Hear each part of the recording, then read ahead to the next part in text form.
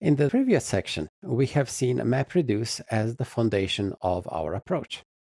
Now we are going to look into Hadoop as a software system. Hadoop, by its definition, is a framework for processing large amounts of data that is spread across multiple machines. It is an open source framework, and it is designed from the very beginning to work on clusters of machines, where these machines are not necessarily some high-end, expensive, extremely reliable computers, but cheap and unreliable machines that can fail anytime. That is why fault tolerance is such an important place in this framework. The ideas of MapReduce have been implemented at Google, and Google was using these to process the web pages that the company was using to build index for their search engine. Google has its own proprietary implementation, and Hadoop is the realization of MapReduce and associated techniques in Java and made open source. The foundation of Hadoop, or the key idea, is that the whole system is designed to scale. So if you need to add more processing power, it should be relatively easy to add more machines to your cluster, and that is how you achieve efficiency in processing.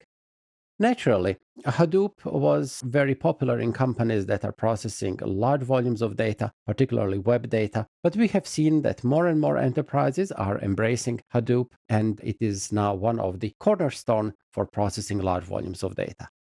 Now, when we talk about these large volumes of data, we are not necessarily talking about petabytes of data. One of the very informal definitions of big data is that more data than you are used to handle. And in such settings, Hadoop can have a potential to be very cost-effective solution, even though that you can be using some of the relational technologies of the past. Normally, what you will see is that Hadoop is going to be combined with existing systems and some other NoSQL stores, which is going to be the topic of our next sections.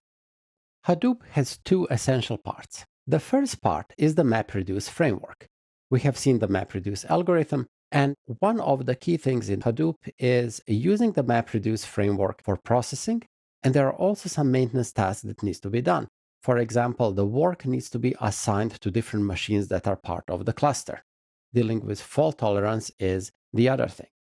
And this is where we have Hadoop Distributed File System, or HDFS.